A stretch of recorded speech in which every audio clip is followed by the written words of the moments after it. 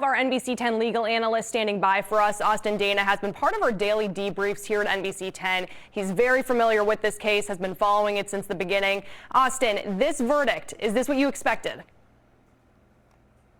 I don't know that it's what anybody necessarily expected, but I think it is justice. I think as the deliberations went on and we heard those questions from the jury asking about what time frame the OUI is based on, and the other questions that they came with about whether a lesser included charge means that she's guilty of the top charge, that kind of led us to start thinking maybe they're deliberating on whether this is just an OUI.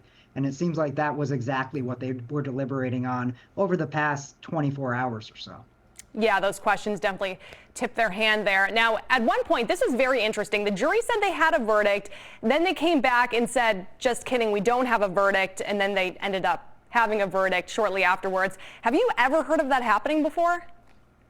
It's a very rare occurrence. The only sense that I can make of that is they had the verdict, they filled it out, they were ready to deliver it.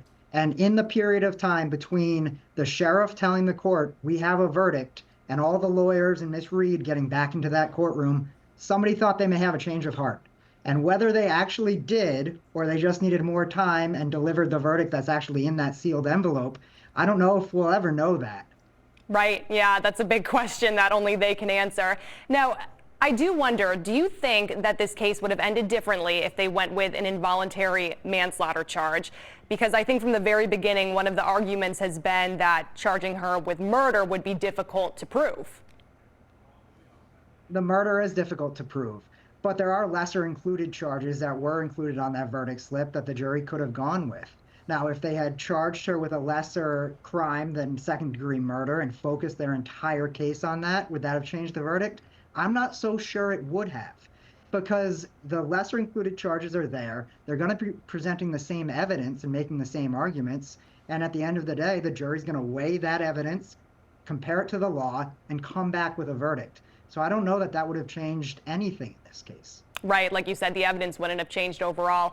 Now, could the Commonwealth appeal this? There's not going to be an appeal. She's been acquitted of these charges. Double jeopardy attaches. They can't come back and try her again for the same crimes. There's no appellate issues for them to pursue. All they can do is sentence her on the OUI charge, which has already been done. They're going to give her the 24D program, which is basically probation and a continuance without a finding. She has a license suspension, does some driver retraining, and that'll be the end of it. All right, so a victory for Karen Reed at the end of the day. Austin, thanks for joining us and providing that insight, especially throughout this entire trial. We've appreciated it. No problem.